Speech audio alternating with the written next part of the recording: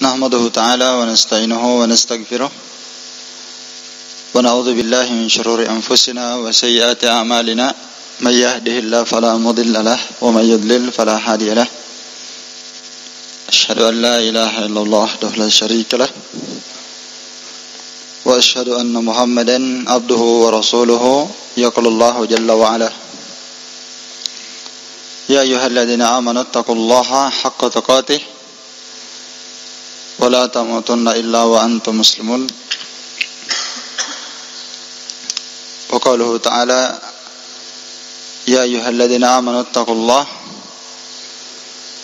وقولوا قولا سديدا يصلح لكم أعمالكم ويغفر لكم ذنوبكم ومن يطع الله ورسوله فقد فاز فوزا عظيما.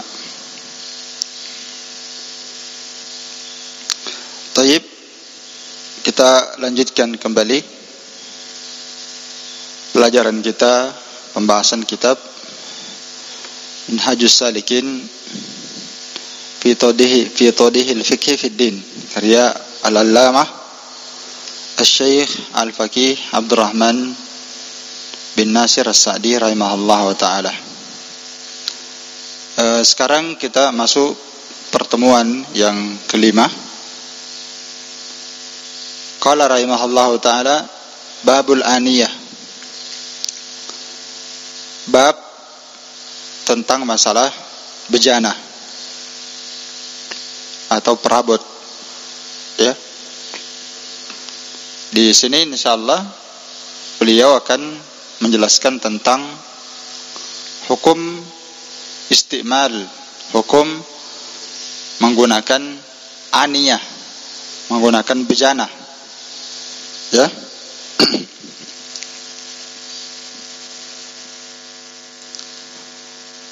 Bejana ini masuk dalam pembahasan perabot yang ada dalam rumah tangga.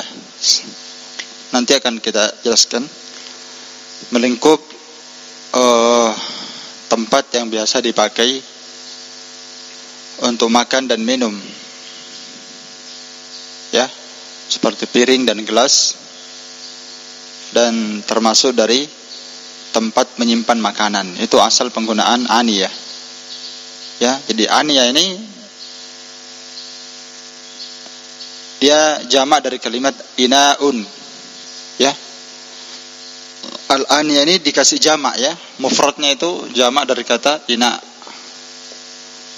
Aniyah jamaknya inaun. Inaun ini bahasa lainnya adalah awiyah, ya. Inaun sama dengan wi'aun, jamak dari al-awiyah.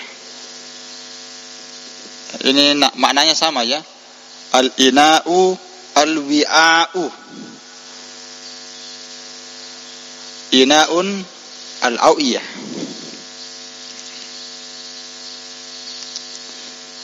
Kenapa dimasukkan pembahasan aniyah, pembahasan masalah bejana, tempat penyimpanan air, tempat penyimpanan minuman, tempat penyimpanan makanan, itu ina. Paham, ya? Itu ina.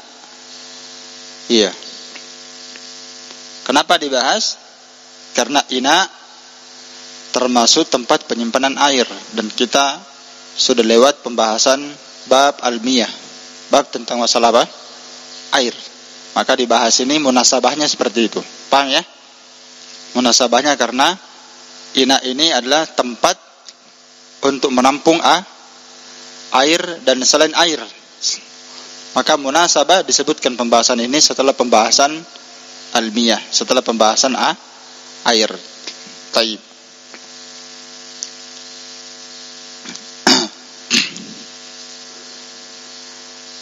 Ini definisi al-ina. Sekarang apa hukum aniyah? Apa hukum aniyah? Haramkah? Mubahkah? Makruhkah? Atau dia adalah pembahasan sunnahkah? Kata Asy-Syaikh rahimahullah, wa jami'ul awani mubahatun. Dan seluruh jenis bejana perabot yang digunakan dalam rumah tangga, baskom, ember, ya, gelas, atau yang semisal dengannya, itu asal hukumnya semua bejana ini hukumnya mubah. Apa yang mubah? Yajuz anil istimal, boleh digunakan. Itu makna mubah, sudah kemarin ya. La yu'mar wa la yunha, tidak diperintah, tidak dilarang. Artinya asalnya yajuz istimal, boleh digunakan, boleh dipakai, karena asalnya mubah. Mubah itu diizinkan oleh syariat. Mubah artinya ma'dzun secara bahasa ya. Mubah secara bahasa artinya apa? Al-ma'dzun, yang diizinkan. Kita diizinkan boleh gunakan. Iya. Jadi hukumnya mubah ya. Namun tentunya di sini aniyah di sini yang dimaksudkan yang mubah dipergunakan adalah kullul ina, setiap ina yang apa? Yang tahir, yang suci, dan memang itu asalnya ya. Ina itu asalnya suci semua, mubah. Ya. Selama dia lam yata'allaq bihaqqil ghair, selama dia tidak terikat dengan haknya orang lain. Seperti al-maghsub, bejana yang dicuri atau dirampas. Ya. Selama ini bejana, selama dia suci, selama dia asalnya mubah, dan itu asalnya kita katakan itu asalnya mubah, bisa digunakan, dipakai ya, selama dia tidak terikat dengan haknya siapa? Orang lain, seperti dirampas, dicuri, diambil tanpa hak. Nah, maka dia berubah jadi hukum. Tidak boleh menggunakannya karena ada haknya orang itu. Ini embernya orang diambil, kan bukan haknya. Atau semisal dengannya. Dan pembahasan ina di sini sifatnya umum, mencakup hadidun, besi. Apakah inaknya terbuat dari besi, hadid, au nuhas, atau ina tersebut, bejana tersebut terbuat dari tembaga, ya, terbuat dari apa? Tembaga. Mana HP? Oh itu. Ya.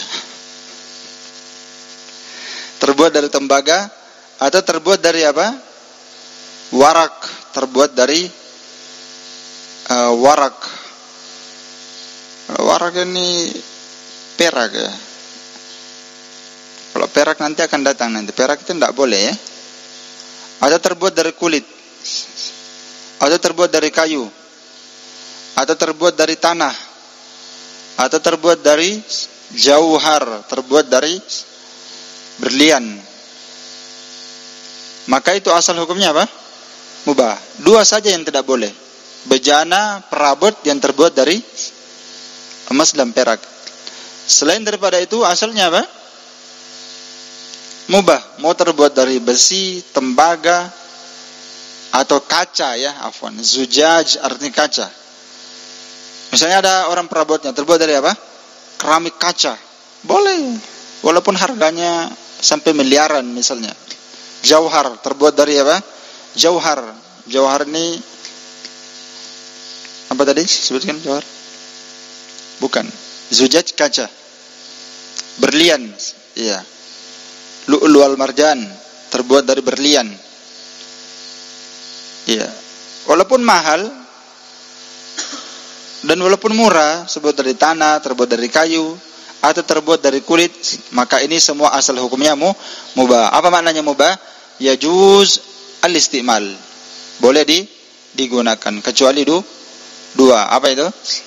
Ad-dhahab wal fiddah, emas dan perak. Iya. Mana dalilnya bahwa boleh digunakan seluruh wi'a? Yang penting bukan emas dan perak. Dalilnya adalah hadits riwayat Muslim dari sahabat Buraidah. Enggak ada di sini. Enggak ada di matan nyantum. Dalil tentang bolehnya menggunakan seluruh, kata lafaz beliau di sini jami'ul awani, semuanya boleh kecuali tadi emas dan perak. Mana dalil bahwa boleh menggunakan selain emas dan perak seluruh bentuk bejana? Dalilnya adalah hadis Buraidah riwayat Muslim, Nabi bersabda, "Fashrabu fi kulli wi'ain."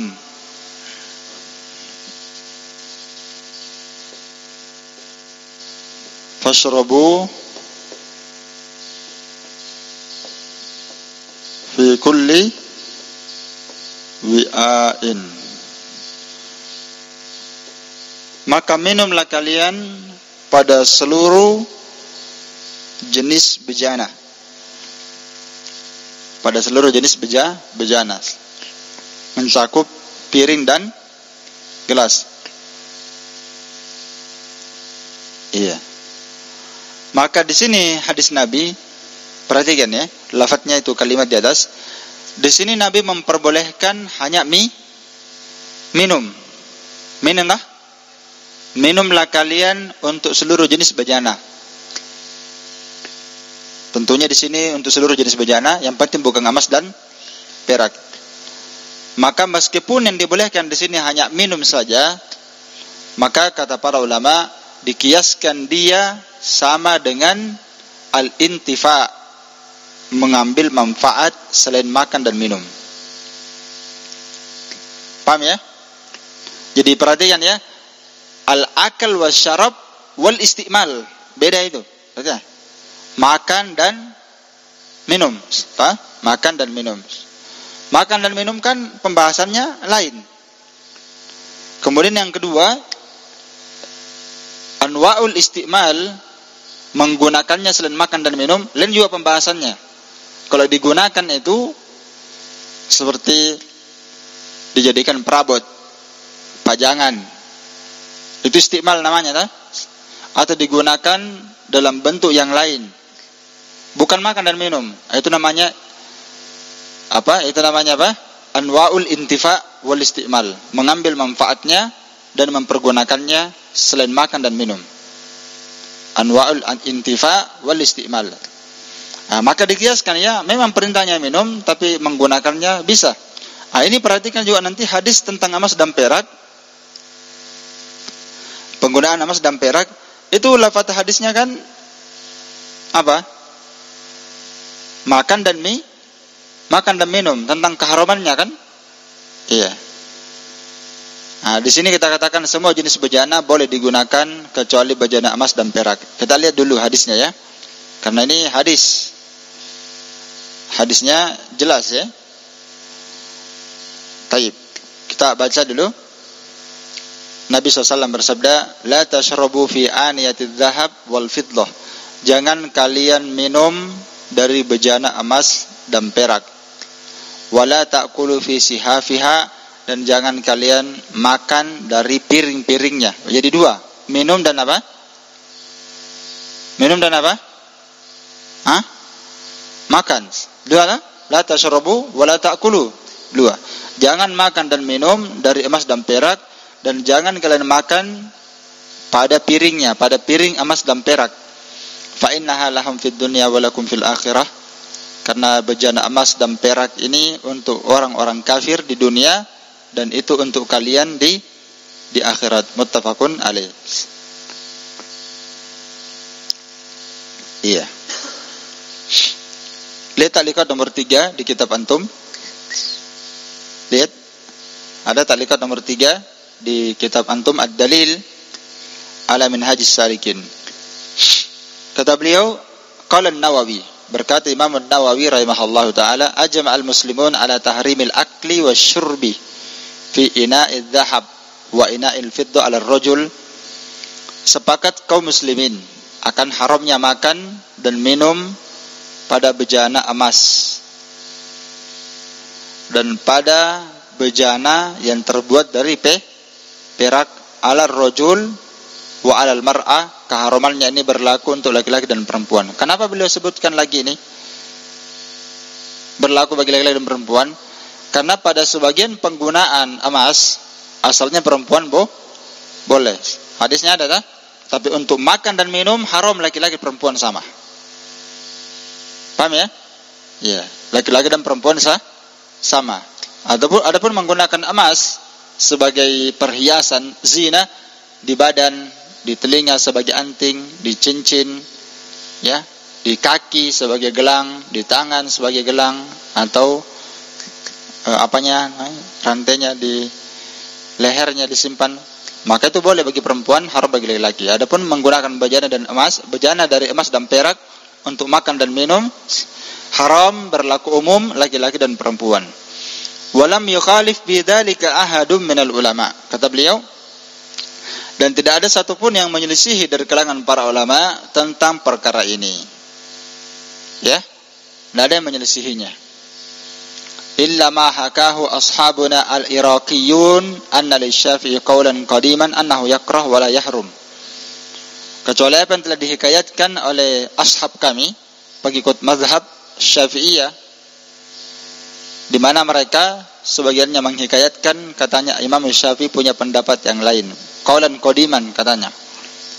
Dia katakan itu makruh dan tidak haram.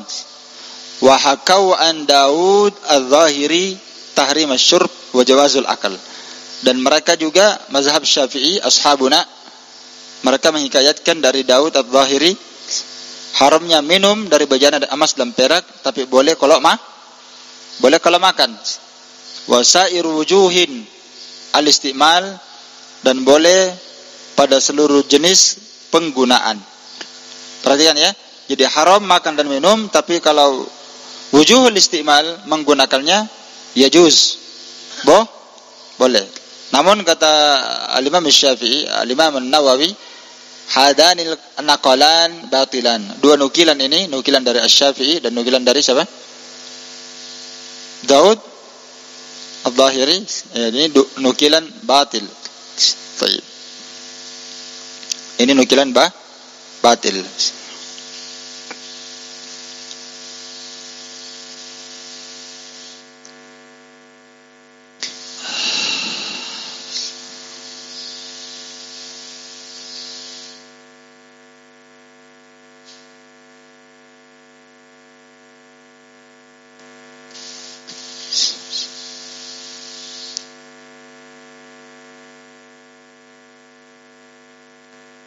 Jadi jelas ya.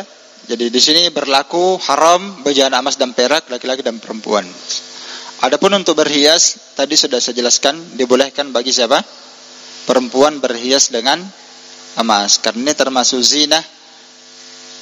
Berhias yang seperti ini dibutuhkan oleh perempuan. Memang dibutuhkan oleh perempuan.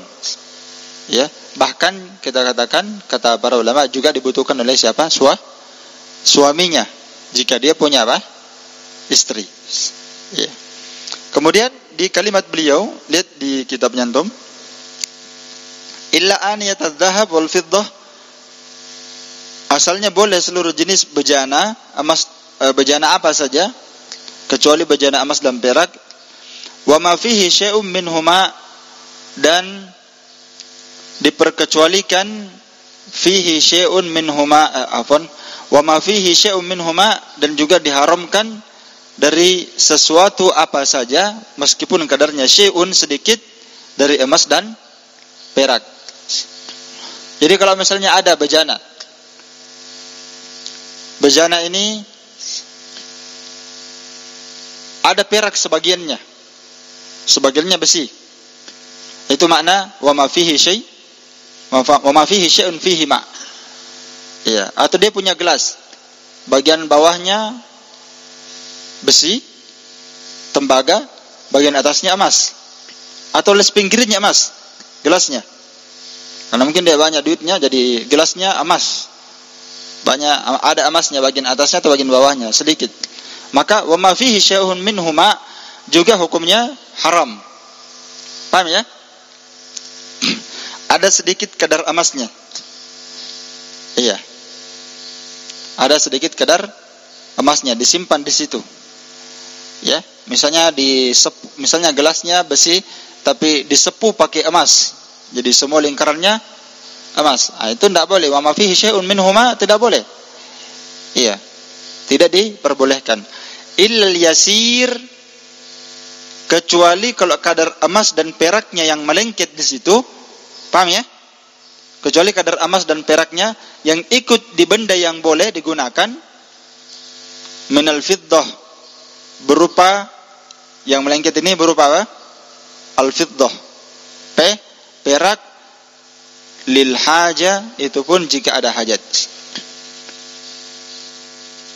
Maka yang seperti ini dibolehkan. Mana dalilnya? Lihat ta'liqat nomor 1, bahwa boleh menggunakan, ini bahasanya ini yasir, tempelan ya.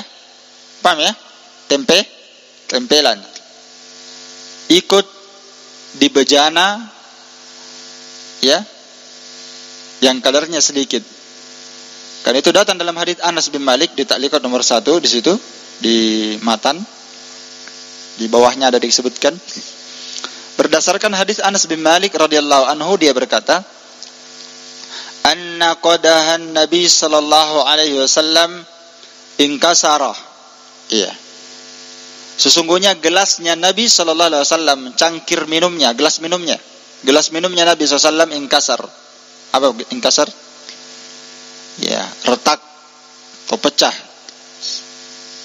Fattakhadha makana syu'ab silsilatan min fiddah. Maka Nabi SAW pun menempelkan di tempat yang retak itu tadi asy-syi'ab silsilatan min fiddah, sedikit dari perak. Beliau tempelkan di situ sedikit dari apa? Perak. Maka para ulama mengatakan bahwa boleh seorang menggunakan bejana ada kadar peraknya, ya, ada kadar apanya? Ada kadar peraknya.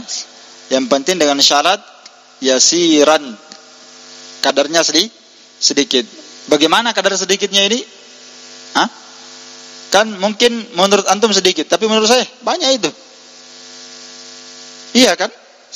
Atau mungkin menurut antum banyak, saya bilang sedikit. Ya, yasiran yang diinginkan di sini, yasiran yarji'u ilal urf. Ya, yasirnya di sini ya.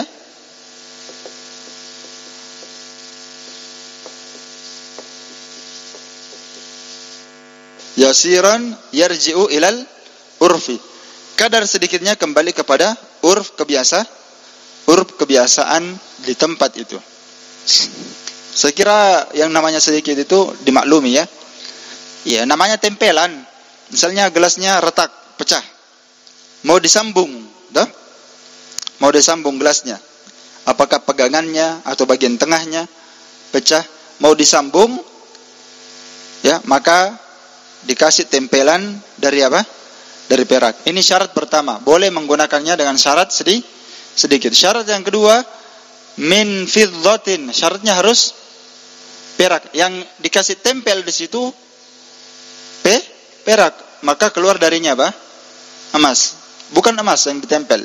Jadi kalau misalnya gelasnya pecah, piringnya pecah, sedangkan piring ini dia butuhkan, gelas ini dia butuhkan pakai makan. Misalnya kalau gelasnya cuma sedikit, ya, apalagi kalau piringnya cuma berdua dengan istrinya, satu je piringnya, dua je, dia butuh piring itu. Atau mungkin ini piring kenang-kenangan, ya sudah lama dia pakai, waktu pengantin baru, dia ingat terus ini piring.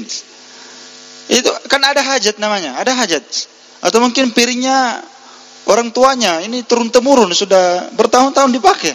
Itu ada hajat. Kasihan kalau dibuang. Maka bisa ditempel.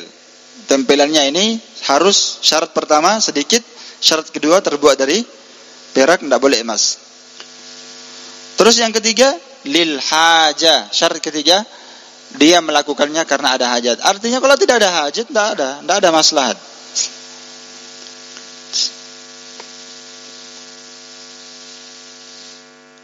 Ada hajat.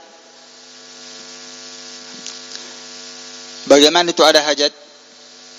Bagaimana maksudnya? Islahu maudhi'il kasr. Dia ingin melakukan perbaikan untuk barangnya yang rusak. Kan maslahat itu. Hajat lah. Ada hajat, rusak, mau diperbaiki. Itu hajat namanya. Adapun kalau berhias, paham? Sudah bagus mie gelasnya, dikasih hiasan di samping kiri dan kanannya, sedikit kadarnya. Dikasih titik perak di dekat pegangannya, dikasih lagi lingkarannya sedikit. Boleh? Boleh tidak? Tidak, karena berhias. Bukan hajat. Enggak ada hajatnya di situ. Kalau memang pecah, kan ada hajat. Ya, islahu maudhi'il kasr, mengislah, memperbaiki tempat yang rusak dan yang retak. Iya.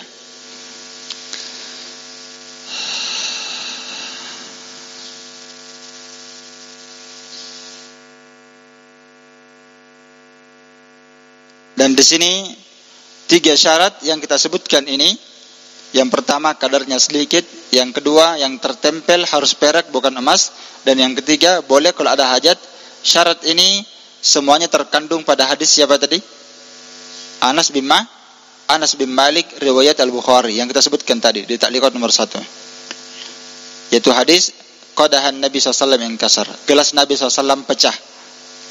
Kemudian Nabi menempelkan di gelas itu, ya, yang retak, yang pecah, Nabi tempelkan silsilatan min fiddah, sedikit dari perak. Dari hadis ini para ulama mengambil istinbat, berarti syaratnya boleh kita tempel yang terbuat dari perak dengan 3 syarat. Sedikit kadarnya, kemudian ada hajat untuk melakukannya, dan yang ketiga yang ditempel hanyalah perak. Iya.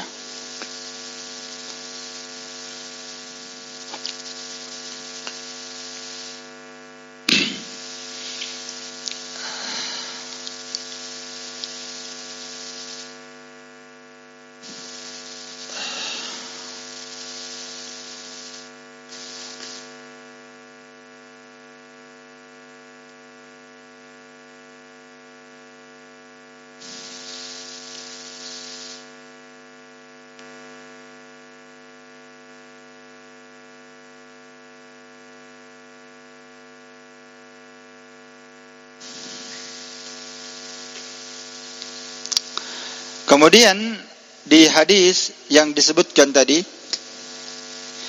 beliau berkata dalilnya adalah firman sabda Rasulullah SAW, la tashrabu fi aniyati dhahab wal fiddah, jangan kalian minum dari bejana emas dan perak, dan jangan kalian makan dari piring-piringnya, karena bejana emas dan perak untuk orang kafir musyrik di dunia, dan itu untuk kalian umat Islam di akhirat. Hadisnya Bukhari dan Muslim.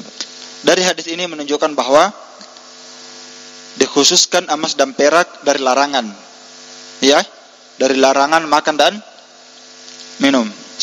Menunjukkan bahwa boleh makan dan minum selain bejana emas dan perak, boleh. Mau gunakan besi, mau gunakan tembaga, bahkan walau kanat agla minhuma samanan, bahkan meskipun bejana itu lebih mahal dibandingkan emas.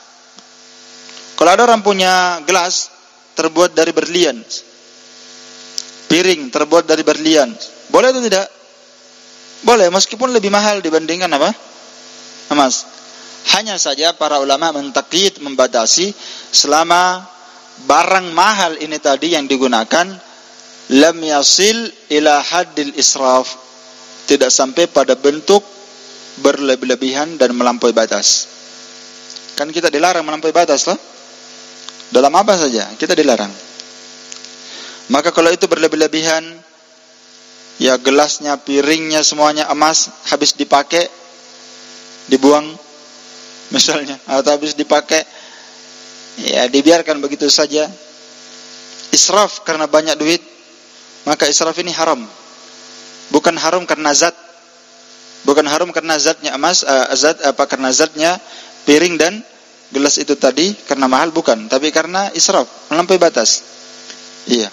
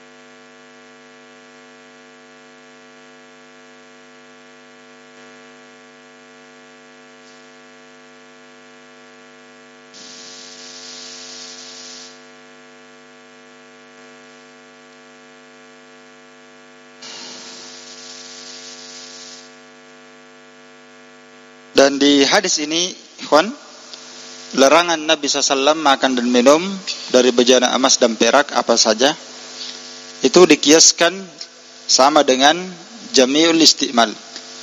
Ya. Dikiaskan oleh para ulama sama hukumnya isti'mal. Paham isti'mal ya tadi? Walaupun bukan makan dan minum, tapi isti'mal, intifa, mengambil padanya intifa isti'mal. Digunakan sebagai apa saja. Walaupun tidak dipakai makan dan minum, tapi digunakan. Bejana-bejana itu digunakan untuk tempat makan dan minum dan semisal dengannya, walaupun tidak dipakai minum. Itu dikiaskan sama dengan makan dan minum. Dan ini hukumnya dosa besar ya. Karena hadisnya di sini ancamannya berat. Ya, ada hadis yang lain sebenarnya ya, yang menjelaskan tentang haramnya ini selain daripada hadis ini, yaitu hadis Ummu Salamah riwayat Bukhari dan Muslim. Hadis Ummu Salamah, Nabi SAW bersabda, alladzi yashrabu fi ina'il fiddah, orang yang minum dari bejana perak, innama yujarjiru fi batnihi nar jahannam, sesungguhnya dia telah memasukkan ke dalam perutnya neraka jahannam. Berarti ini hukumnya dosa apa? Dosa besar. Hadis Ummu Salamah riwayat Bukhari dan Muslim.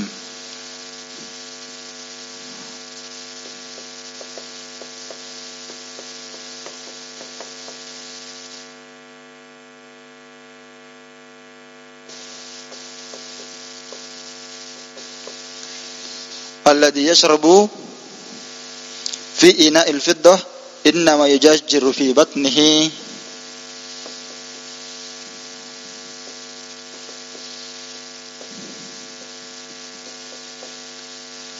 innama yujarjiru fi batnihi nar jahannam. Ya.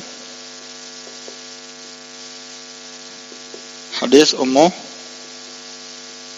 Salamah muttafaqun alaih. Hadisnya dikeluarkan oleh Bukhari dan Muslim.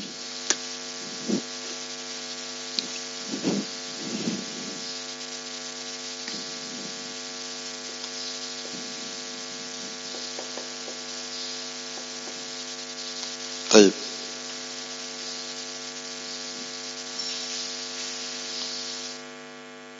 Kita lanjut di pembahasan setelahnya.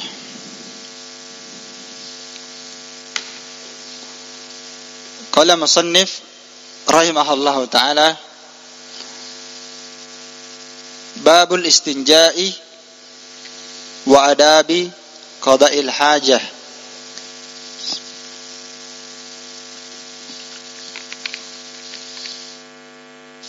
Bab tentang istinja. Istinja artinya berbersih dari najis. Setelah buang air besar atau buang air kecil, itu istinja.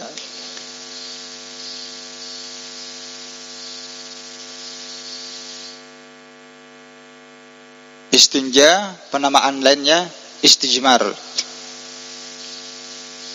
Ya, al-istijmar.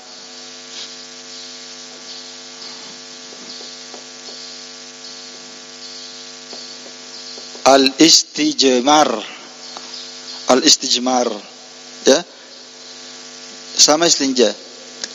Al-istinja adalah berbersih, ya, menghilangkan kotoran najis dengan menggunakan air. Kalau istijmar menggunakan batu. Sebenarnya sama aja, istinja dengan istijmar sama, menggunakan air dan batu. Karena orang yang bersih dari najis setelah buang hajat bisa menggunakan air, bisa menggunakan batu. Paham ya? Dan ini dua tercakup semua dalam hadis. Ya, karena Nabi SAW kadang beristinja menggunakan batu, kadang menggunakan air. Walaupun yang lebih afdal dan yang asal adalah menggunakan air tentunya. Wa adabi qada al-hajah, dan sekaligus adab-adab membuang hajat. Adab-adab membuang hajat. Iya.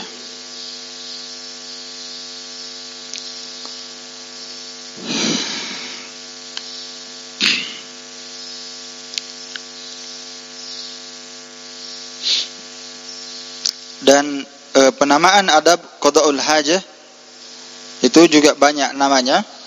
Kadang dinamakan dengan bab al-istitabah. Qada'ul hajah dikenal dengan ilmu fikih al-istitabah. Kalau itu dalam sebagian kitab fikih mereka berkata bab al-istitabah. Al-istitabah sama dengan qada'ul hajah. Apa artinya qada'ul hajah? Adab membuang hajat. Ini penamaan lainnya, al-istitabah.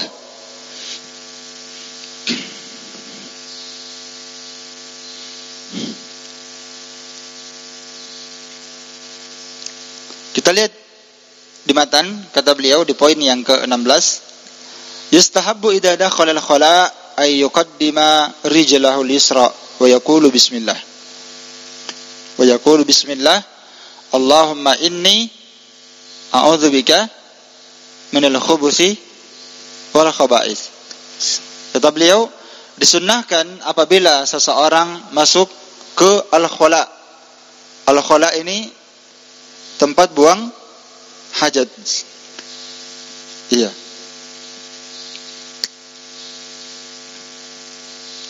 Jadi al-khala adalah al-makan al-mu'addu li qada'il hajah. Al-makan al-mu'addu li qada'il hajah. Itu makna al-khala, tempat yang memang al-mu'addu, yang disiapkan untuk apa? Membuang hajat. Itu makna al-khala. Kenapa dinamakan al-khala? Ya, apa artinya khala itu sebenarnya asalnya? Ya. Khala itu artinya bersendirian. Berkhalwat. Siapa yang bersendirian bersama dengan ya, khala ya, bukan khalwat ya. Khala itu artinya sendirian ya. Kenapa dikatakan ini khala? Siapa yang masuk ke khala? Khala itu artinya WC ya, tempat buang hajat. Jadi dikatakan khala karena kebanyakan orang yang buang hajat sendiri, tidak ada yang berdua. Ada orang masuk beol, kita masuk berdua. Kan tidak ada, sendiri saja. Ya, ini makanya dikatakan al-khala. Khala ini nama untuk tempat buang hajat. Dan ada nama lainnya lagi. Ya. Ayuqaddima rijlahu al-yusra. Adabnya di sini beliau akan menjelaskan beberapa adab, ya. Adab-adab kan buang hajat ya. Jadi adab-adab buang hajat akan dijelaskan sekaligus pembahasan istinja. Ada pertama, orang yang ingin buang hajat hendaklah mendahulukan kaki kiri ketika hendak masuk WC. Menggunakan kaki apa? Kiri. Dan ini kata Imam Nawawi. Naam.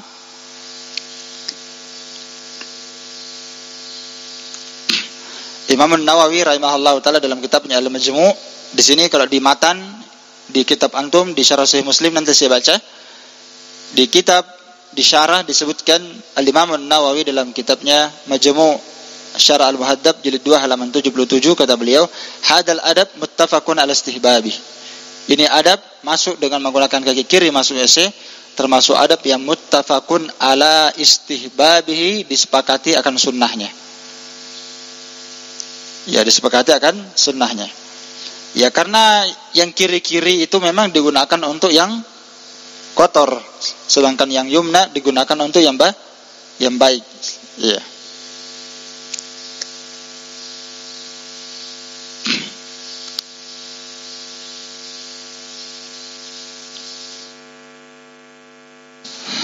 Al-Imam Nawawi rahimahullah taala di sini di kitab di matan bisa antum lihat taklikat nomor 3 ya.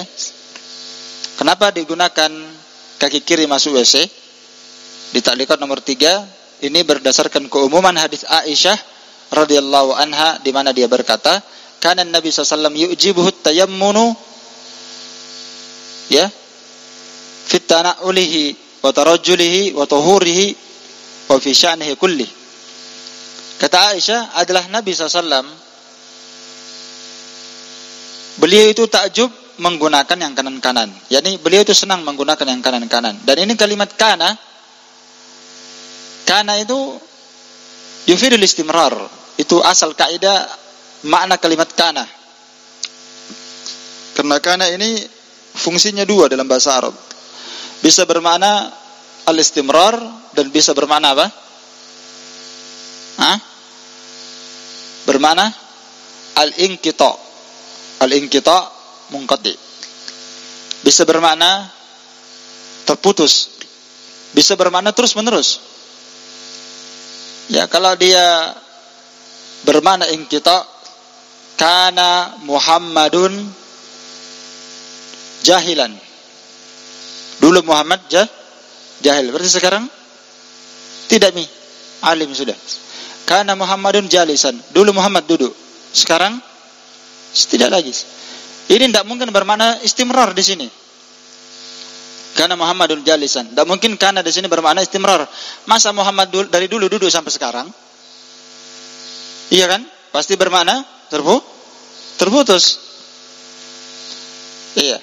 Dan kalau dikatakan kana Nabi SAW, sering ada hadisnya seperti itu kan? Kana di situ bermakna istimrar, banyak seperti itu. Nah, termasuk ini adalah Nabi SAW itu senantiasa beliau takjub menggunakan yang kanan-kanan. Dalam perkara apa? Fi tana'ulihi, dalam memakai sendal. Dikiaskan sama dengan sepatu dan kaos kaki. Ya.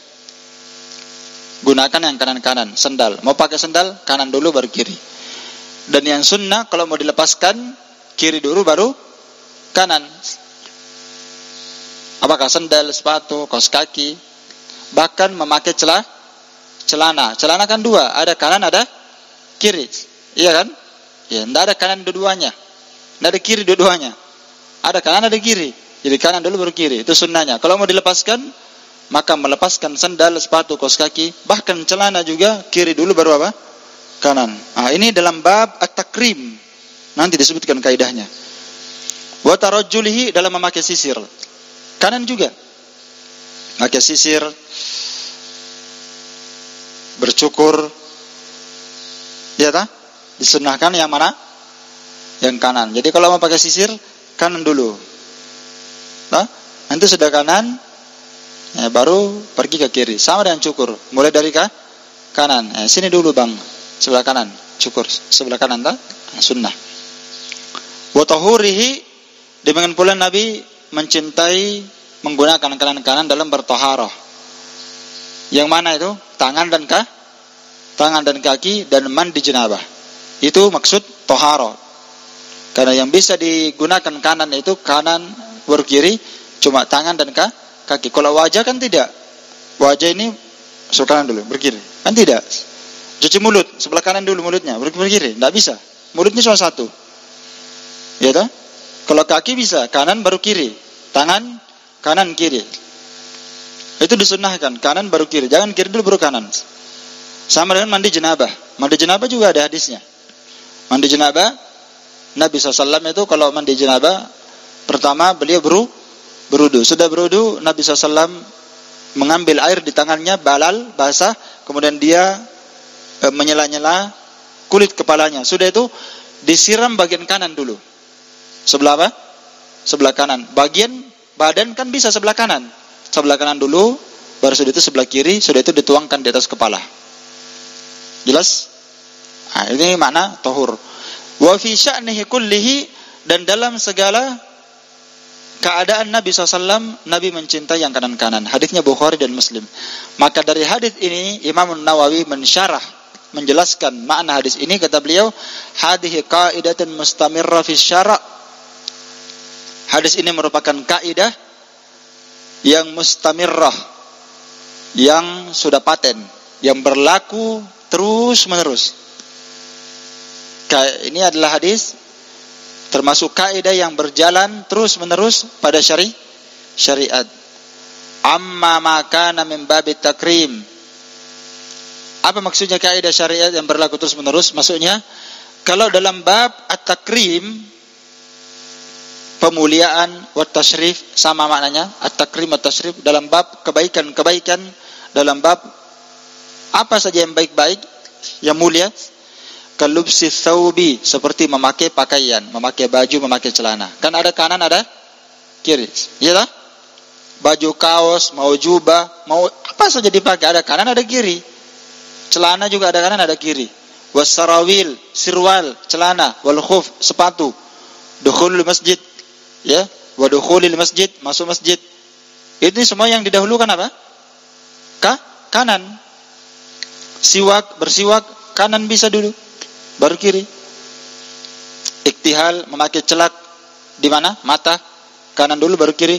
Taklimil adfar, menggunting kuku, kanan dulu baru kiri. Wa qasis syarib, mencukur kumis, kanan dulu baru kiri. Wa tarjilil sya'ri, menyisir rambut, ya.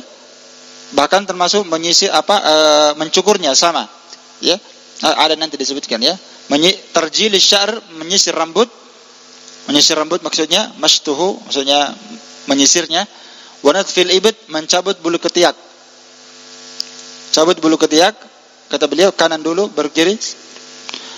Wa halqir ra's, mencukur rambut. Wassalam minas shalah, salam dari salat, kanan dulu baru kiri. Ghusli a'dha'it thahara, mencuci anggota wudu. Mencuci anggota wudu, kanan dulu baru kiri. Wal khuruj minal khala', keluar dari WC, kanan, iya kan? Masuk WC kiri, keluar kanan. Wal akal, makan dan minum menggunakan tangan kanan. Wal musafaha, menggunakan tangan kanan. Musahafa apa? Musafaha, jabat tangan. Iya. Namanya jabat tangan, ya, pakai tangan. Iya, karena yang kanan, ya. Wastilamil hajar al-aswad, menyentuh hajar aswad kalau dia tawaf. Wa ghairi dzalik mimma huwa fi makna, dan selain daripada itu dari yang semisal dengan ini dalam bab apa? Yang baik-baik, semuanya menggunakan yang kanan-kanan. Mengambil, memberi, masuk di sini tuh, walaupun tidak disebut. Semuanya masuk, kanan dulu. Tidak boleh kiri, makruh menggunakan kiri. Wa yustahabbu tayammunu fihi, maka semua ini disunnahkan menggunakan yang kanan-kanan. Amma ma kana bidaddihi atau bididdihi, apa yang menjadi lawan dari perkara ini, bukan yang baik-baik seperti tadi. Apa yang menjadi lawannya? Seperti kadukhulil khala', masuk WC. Kan tidak baik masuk WC, banyak setan. Gunakan kaki kiri. Wal khuruji minal masjid, keluar dari masjid, kaki kiri. Wal imtikhat, ya, maman imtikhat, membuang ingus. Ya, membuang ingus menggunakan tangan apa? Kiri. Jadi kalau ada ingusnya keluar, dan ini sama ketika dia berudu. Ada berudu menghirup air. Apa artinya menghirup air? Bahasa Arabnya istinsyak, menghirup air ke hidung. Kemudian istinsar, membuang air dari hidung dan ingusnya menggunakan tangan apa? Kiri. Mengambil air wudu, masuk ke mulut dan hidung pakai tangan apa? Kanan.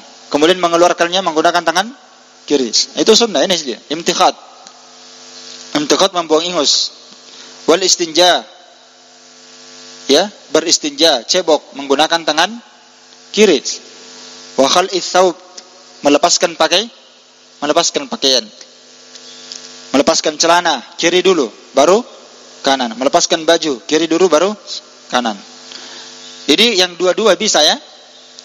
Ya, kalau songkok ini, kopiah, kan tidak bisa. Kanan dulu. Miring dulu, songkok miring.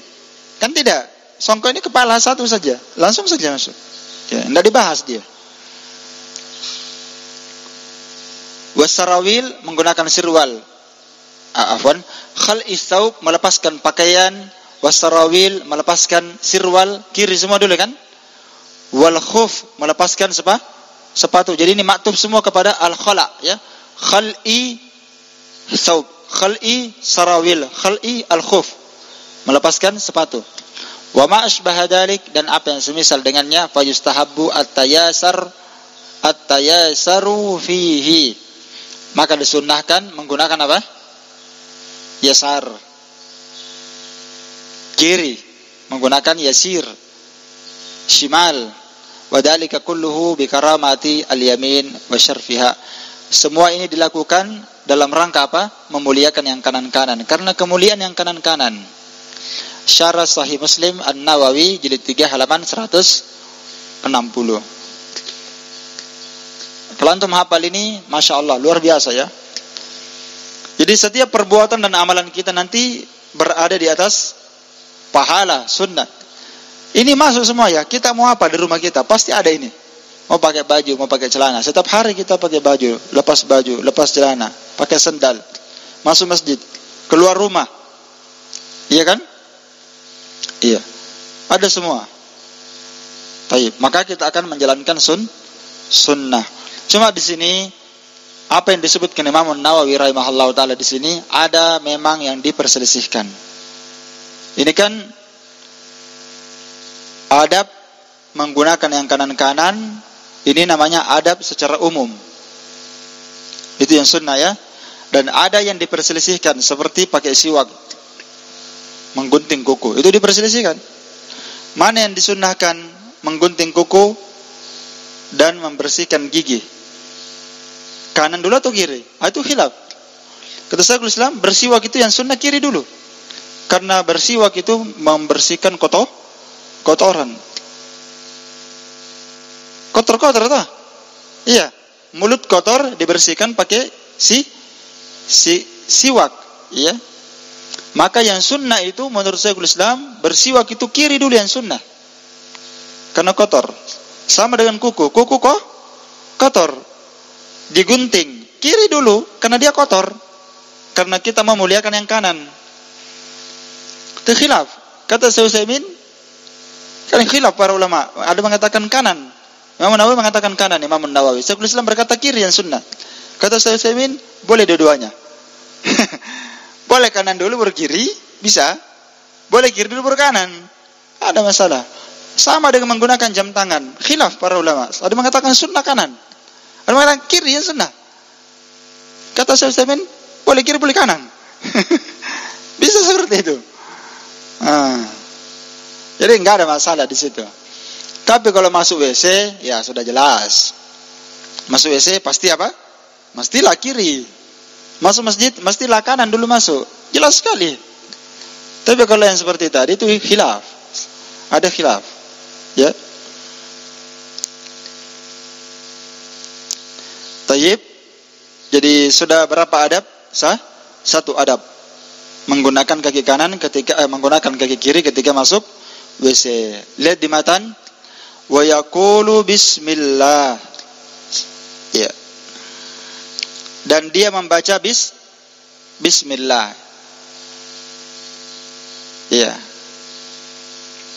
Dalam riwayat yang lain dia baca doa Allahumma inni a'udzubika minal khubuthi wal khaba'is. Bisa antum tulis ini adab yang keberapa? Adab kedua. Adab yang kedua membaca doa. Doanya di sini disebutkan oleh beliau dua. Dan dua ini kita katakan boleh dibaca kedua-duanya dan boleh dibaca salah satu dari keduanya. Terserah, mau baca bismillah saja cukup atau mau baca Allahumma inni a'udzubika minal khubuthi wal khaba'its juga cukup. Salah satunya bisa. Kalau dibaca dua-duanya lebih bagus. Adapun bacaan bismillah, lihat di taklikat nomor 4. Bacaan bismillah ini, doa membaca bismillah masuk WC, ini dijelaskan dalam hadis Ali bin Abi Thalib. Di taklikat nomor 4 disebutkan hadisnya. Berdasarkan hadis Ali bin Abi Thalib radhiyallahu anhu, anna Rasulullah SAW qaal, bahwasanya Rasulullah SAW bersabda, satru ma baina a'yunil jin, satru ma baina a'yunil jin wa aurati bani Adam idza dakhala ahaduhumul khala'a ayyaqula bismillah. Satru itu sitar. Sitar, apanya sitar? Hijab penutup. Hijab penutup antara pandangan jin dan aurat Bani Adam. Idza dakhala ahaduhumul khala, apabila salah seorang dari anak cucu Adam ini masuk ke dalam WC, tempat buang hajat, sitarnya, hijab yang menutupi pandangan jin itu adalah an yaqula bismillah, adalah bacaan dan doa seseorang ketika masuk membaca apa? Bismillah. Artinya kalau orang masuk WC, dia baca bismillah, maka doa ini akan menjadi penutup dari pandangan jin dan syaitan dari melihat apa? Auratnya. Iya. Ini dalil menunjukkan bahwa aurat itu betul-betul dijaga. Iya. Walaupun dia di dalam WC, enggak ada yang melihatnya. Dijaga seperti itu. Karena memang aurat itu maknanya adalah sau'ah al-qabih, sesuatu yang buruk jika diperlihatkan. Itu makna aurat secara bahasa. Dan itu maknanya seperti juga secara istilah, sama maknanya. Sesuatu yang buruk dan jelek apabila ditampakkan. Itu makna apa? Aurat. Dan aurat ini asalnya sebenarnya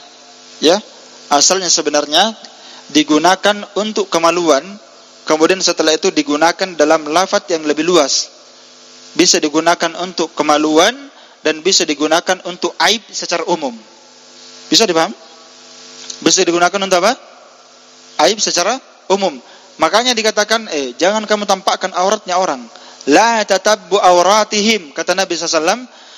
Janganlah seorang muslim mencari-cari aurat saudaranya. Aurat saudaranya. Apa artinya aurat? Aibnya. Bukan mencari auratnya itu. Telurnya bukan. Aurat di sini bermakna aib. Jangan dia mencari-cari auratnya. Karena siapa yang tatabbu, dia meneliti, dia tajassus, berusaha mencari tahu kesalahan saudaranya, maka Allah Ta'ala yang akan membongkar auratnya dia, meskipun dia berada di dalam rumahnya.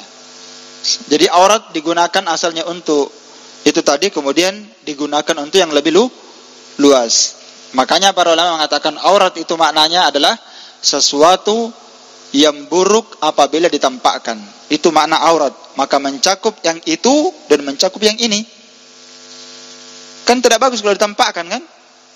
Kan aib itu. Kalau ada orang jalan cuma pakai celana dalam saja, kan itu aib. Apalagi kalau tidak pakai celana. Iya. Aib.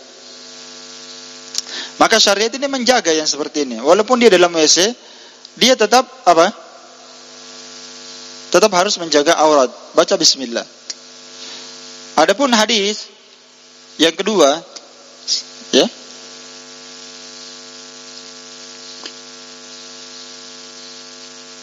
Dan ini hadis tadi, insyaallah taala hadisnya sahih di takliqat itu tadi nomor 4 tadi itu, di lanjutannya disebutkan, disahihkan di paling bawahnya, wa sahhahahu al-Albani fi Sahihil Jami'. Hadisnya disahihkan oleh Syekh Al-Albani dalam Sahihil Jami'.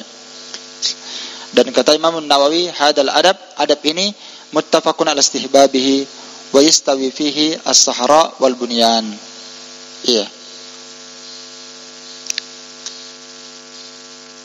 Disepakati akan sunnahnya.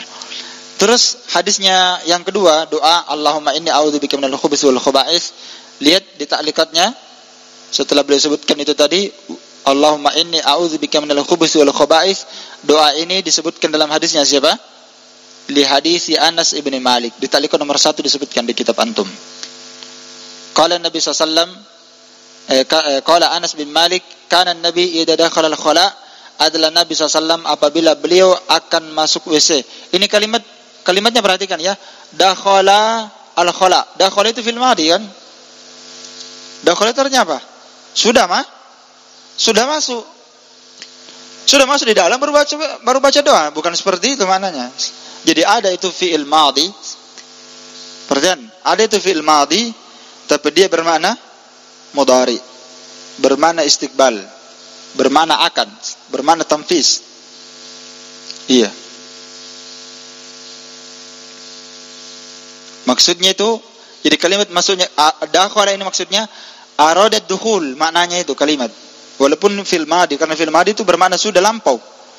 Jadi kalau kita terjemahkan nanti maknanya apabila Nabi sudah masuk WC, kan begitu lafadznya. Apabila Nabi sudah masuk WC, baru baca Allahumma inna a'udzubika minal khubuthi wal khaba'ith, dan itu salah. Karena kalimat dakhala di sini bermakna amar, bermakna mudhari. Aradat dukhul, apabila Nabi ingin masuk WC, sudah mau masuk. Bukan juga masih ada 10 meter baru dia baca. Misalnya dia masih di kamarnya, mau masuk WC. WC-nya ini masih ada 4 meter, 2 meter. Dia baca memang dari luar jauh. Allahumma inna. Nah, bukan di situ dibaca. Aradat dukhul, nanti mau masuk baru dibaca. Nanti mau masuk baru dibaca. Iya. Jadi fi'il madhi bermakna mudhari. Dan ini ada samanya, banyak samanya ini. Semisal ini banyak ya. Misalnya ya firman Allah Ta'ala dalam surah Al-Ma'idah itu tentang wudu ya. Tentang apa? Wudu. Allah berfirman, iya, idza kumtum ila sholati faghsilu wujuhakum wa aydiyakum ilal marafiq wamsahu bi ru'usikum wa aydiyakum wa arjulakum ilal ka'bain. Ada tak? Iya. Di situ lafadznya Allah Ta'ala kan idza kumtum ila shalah. Kumtum ini dari kata apa? Koma. Ya, idza kumtum. Ini kan koma. Kalau kita terjemahkan ini kumtum, jika kalian sudah berdiri, sudah koma. Jika kalian sudah berdiri, maka berudulah kalian. Begitu kan? Idza kumtum ila shalah. Jika kalian, kalau diterjemahkan secara madhi ini, jika kalian kumtum sudah berdiri untuk salat, sudah berdiri ini, faghsilu wujuhakum, maka cucilah wajah kalian untuk berudu. Bagaimana itu? Jadi nanti sudah berdiri baru pergi berudu. Keliru kan. Kalau orang terjemahkan pasti tidak seperti itu. Jadi maknanya kalimat ini bermakna apa? Ya. Iya, bermakna aroda, bermakna ingin. Ya. Idza aradtum an yakuma. Jika kalian ingin berdiri untuk, ya sama ini ya, arada dukhul. Tayyib. Dan kemudian satu faedah lagi sebelum kita berpindah kepada adab setelahnya, kalimat Allahumma inni a'udzubika minal khubuthi wal khaba'ith ini dalil menunjukkan bahwasannya di WC itu tempatnya siapa? Jin dan syaitan. Al-khubuth adalah asyaitan. Ada yang menafsirkan syaitan dari kalangan laki-laki, al-khaba'ith syaitan dari kalangan muannas. Ya. Jadi ada syaitan mudzakkar dan ada syaitan muannas, yang laki-laki dan perempuan. Karena jin itu sama jadi dengan manusia sebenarnya.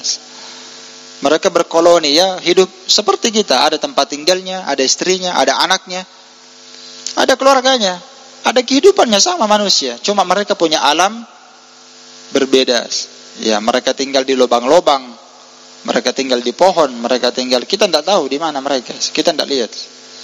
Dan itu hikmah ya, dari kebaikan Allah Ta'ala kita tidak lihat jin, supaya kita tenang. Coba kalau kita lihat jin, mungkin kita tidak akan merasa aman. Ya, yang aneh itu orang yang mau lihat jin. Baca surah Al-Jin kalau malam, kalau mau lihat jin, ya orang aneh namanya nih. Allah tidak tampakkan, dia mau lihat. Iya.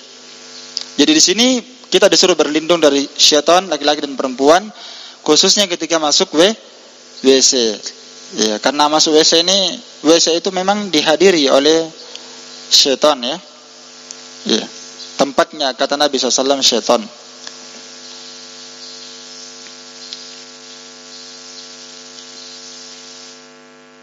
adab ketiga.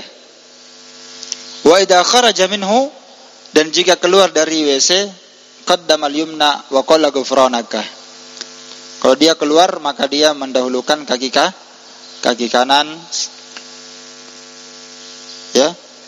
Kemudian dia membaca ghufranak. Ini adab ketiga dan keempat. Keluar dengan kaki kanan. Kemudian adab yang keempat membaca doa, dan doanya ghufranak. Tentang doa keluar WC, semua hadis yang menyebutkan doa keluar WC itu doanya banyak, ya. Ya, doanya banyak. Di sini disebutkan oleh Syekh Abdurrahman bin Nasr As-Sa'di, wa idza kharaja minhu qaddama al-yumna, dan jika dia keluar dari WC mendahulukan kaki kanan, wa qala, lalu dia membaca ghufranaka alhamdulillahilladzi adhhaba annil adha wa afani. Ghufranaka artinya apa? Allahumma gfirli. Itu mana ghufranak? Ghufranak, ampunanmu ya Allah. Itu maknanya, ya. Ghufranaka, ka itu Allah Ta'ala. Ini Allahumma gfirli, ya Allah ampunilah saya, aku mohon ampunanmu.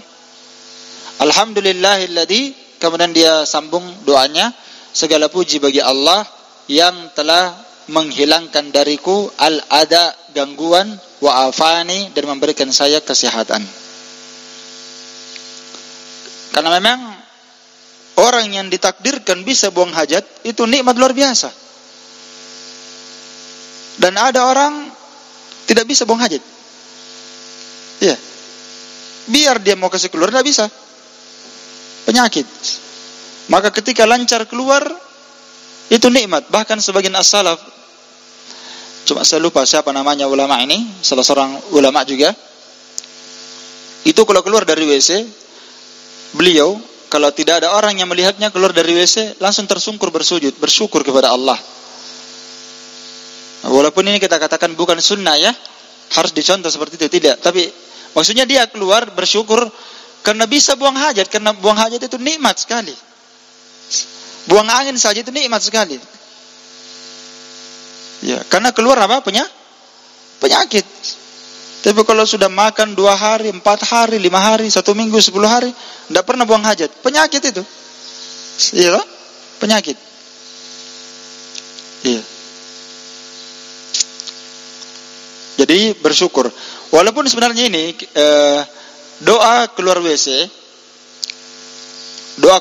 ini semua hadisnya lemah, kecuali ghufranaka saja. Itu pun diperselisihkan. Sebagian para ulama mensahihkan doa ini, seperti Syekh Al-Albani rahimahullah taala, beliau mensahihkan hadisnya. Ya. Dalam Irwaul Ghalil, ya. Dan hadis ini ghufranaka ini disahihkan oleh Imam Ibnu Khuzaimah, disahihkan oleh Imam Ibnu Hibban, disahihkan oleh Imam Al-Hakim, disahihkan oleh Imam An-Nawawi dalam Majmu' kitabnya, dan juga disahihkan oleh Al-Hafidz Ibnu Hajar, dan juga disahihkan oleh Syekh Al-Albani rahimahullahu taala dalam Irwaul Ghalil. Walaupun ada yang melemahkannya, ya, tapi semua yang saya sebutkan tadi itu mereka mensahihkan hadis ini. Ibnu Khuzaimah, Ibnu Hibban, Al-Hakim, Imam An-Nawawi, Al-Hafidz Ibnu Hajar, dan Al-Imam Al-Albani rahimahullahu taala. Kalau Syekh Muqbil rahimahullahu taala, beliau melemahkan hadis ghufranaka. Ya.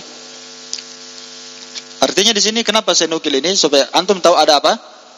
Khilaf. Itu yang pertama, itu faedahnya, kita tahu khilaf. Yang kedua, kalau ada orang yang membaca ghufranaka, tidak ada masalah. Kenapa tidak ada masalah?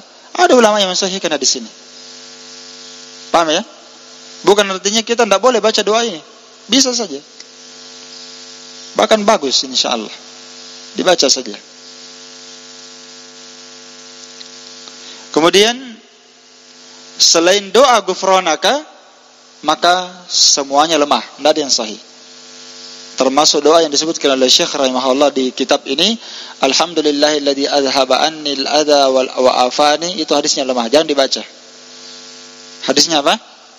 lemah, tidak bisa dijadikan hujjah dalam beribadah.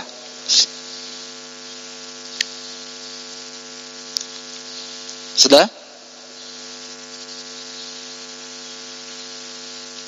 Makanya di sini di taklikat nomor 1 di buku antum ada ya. Itu doanya itu alhamdulillahilladzi adhaba annil adha wa afani. Itu hadisnya Anas bin Malik. Katanya disebutkan dalam hadis kana Nabi idza kharaja minal khala, Nabi apabila keluar dari al-khala membaca alhamdulillahilladzi adhaba annil adha wa afani. Dikeluarkan oleh Imam Ibnu Majah namun dilemahkan oleh siapa? Dha'afahu. Lihat di bukunya itu enggak? Dilemahkan oleh siapa? Imam An-Nawawi dalam Al-Majmu'. Iya. Dan Imam Al-Munawi dalam Faidul Qadir berkata Ibnu Mahmud Syarih Abu Daud. Sanadnya muttarib. Sanadnya hadis ini muttarib, goncang. Ghairu qawi, tidak kuat. Imam Ad-Daruqutni berkata ghairu mahfud. Hadis ini tidak terjaga. Imam Al-Mundhiri berkata hadisnya dhaif. Dan ya Al-Maghlab namanya susah sekali juga ini. Albani rahimahullah taala dalam Irwaul Ghalil mengatakan dhaif. Jadi hadisnya lemah. Sekarang kita masuk adab yang kelima. Wa ya'tamidu fi julusihi ala rijlihi al-yusra wa yansibul yumna. Adab yang kelima, al-i'timad fi julusi, yaitu seorang bersandar ketika duduk buang hajat, bersandar. Bersandar dengan apa? Lihat, ya'tamidu fi julusihi ala rijlihi al-yusra. Dia beriktimad itu bertumpu. Ketika dia duduk, bertumpu di mana? Bertumpu di atas kaki kiri. Wa yansibul yumna, dan dia menancapkan yang kanan. Biasa antum tes ini? Bagaimana caranya? Duduknya ini antum tahu sudah? Bagaimana? Coba dicontohkan di sini. Muhammad, contohkan saja. Kaki kirinya tetap seperti ini, kaki kanannya begini. Kaki kanannya tetap, kaki kirinya apa? Lurus, ya. Kemudian kaki kanannya ditancapkan seperti ini. Iya. Bisa antum tes.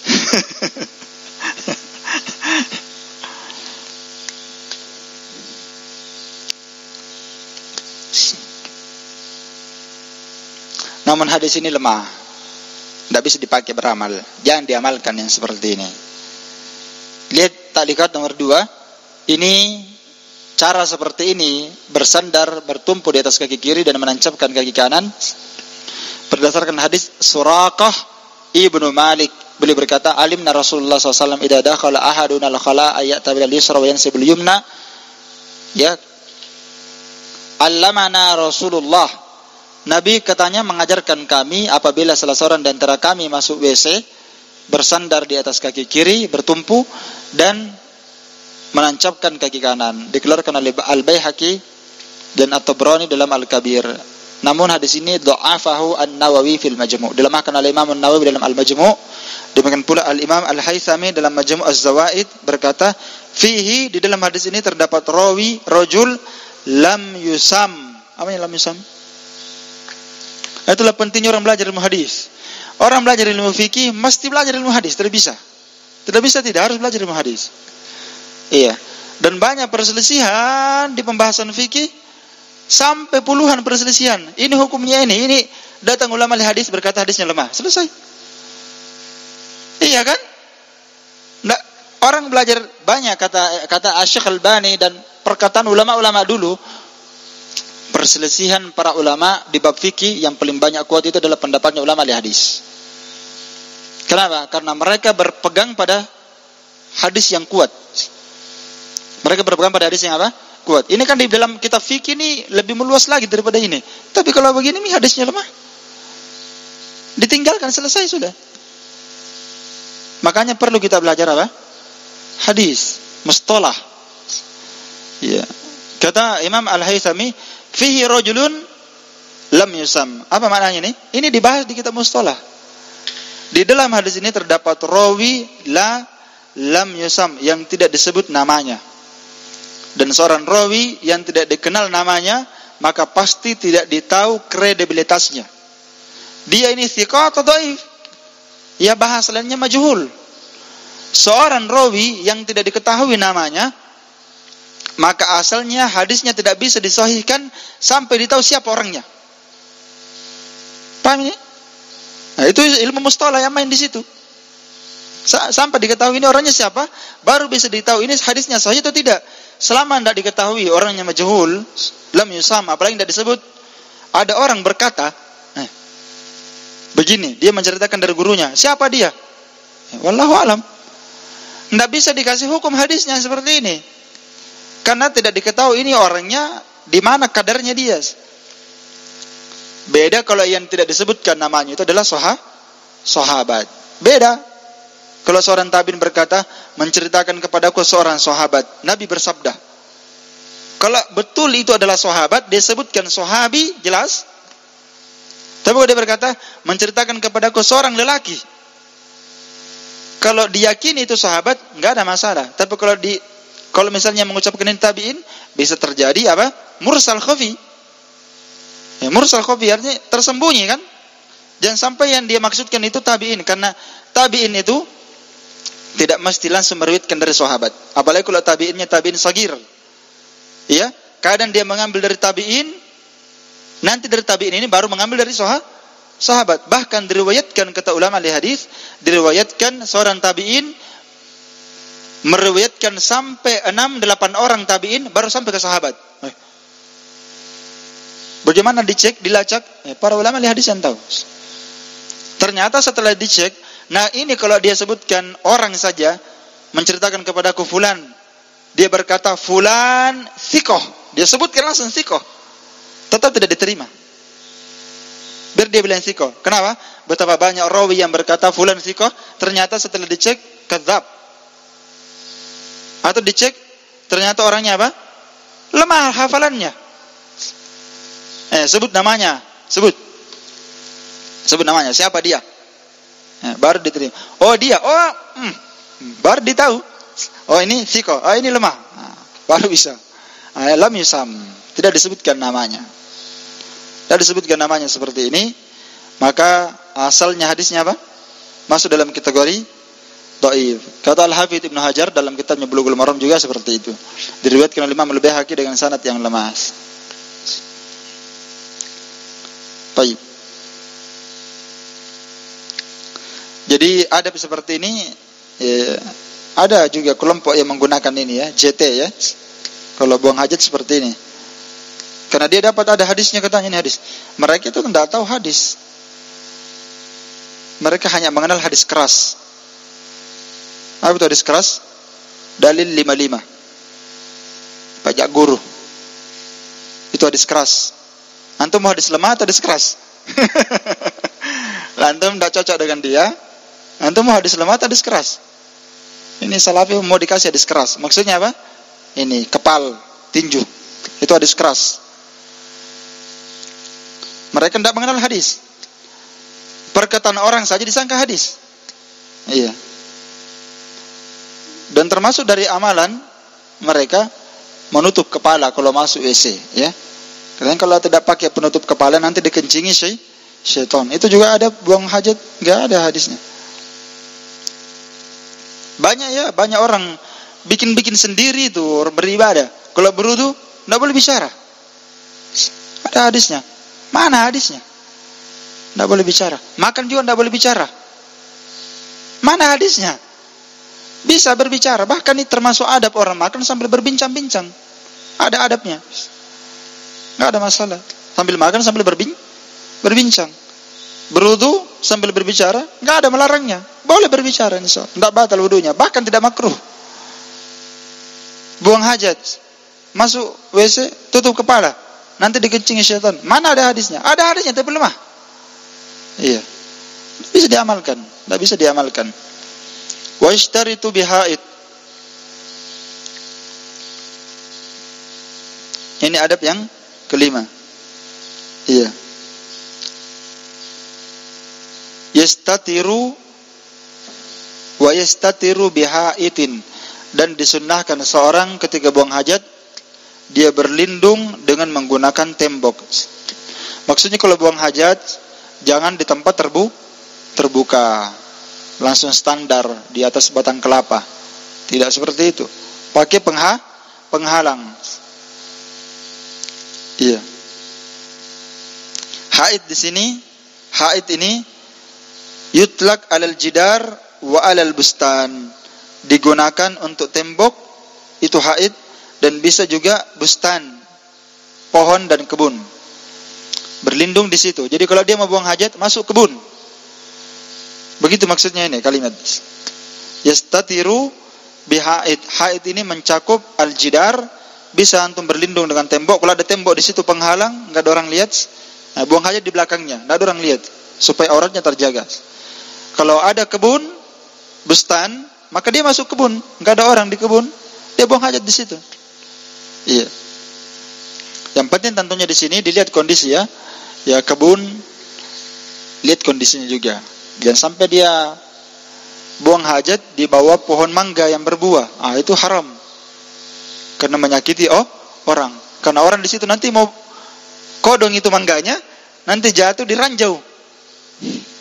Iya kan? Dan itu menyakitkan orang, bisa dilaknat pelakunya. Hadisnya sebagaimana nanti akan datang hadisnya ya. Iya.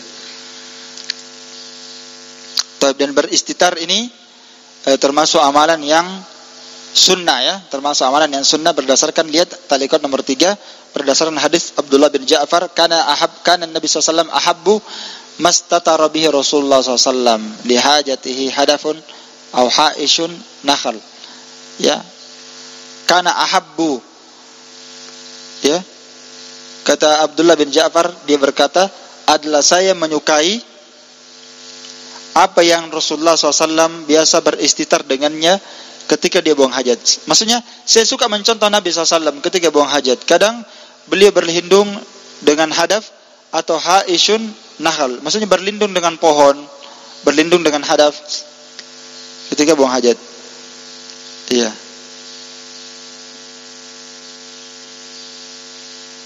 Jadi mana haishu nakhlin, yakni haitu nakhlin, hait artinya pohon korma ya. Kadang berlindung dengan pohon korma seperti itu. Beristitar. Satu lagi saya baca poin ke-20 karena poin 21 ini agak panjang pembahasannya.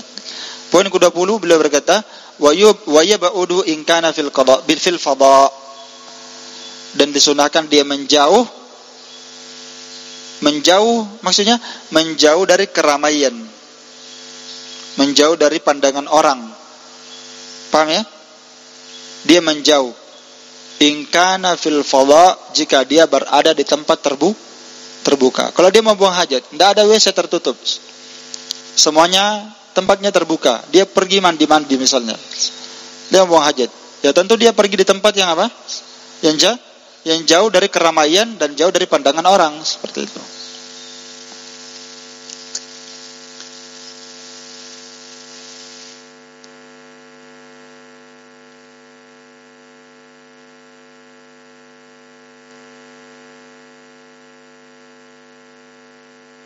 Dalilnya mana? Lihat talikat nomor 4 berdasarkan hadis Mughirah bin Syu'bah radhiyallahu anhu.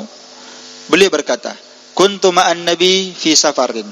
Saya pernah bersama Nabi SAW dalam sebuah perjalanan safar. Faqala ya Mughirah, khud al-idawah. Maka Nabi berkata, "Ya Mughirah, tolong ambilkan al-idawah." Al-idawah ini bejana berisi air. Kalau bahasa kita al-idawah ini ember ya.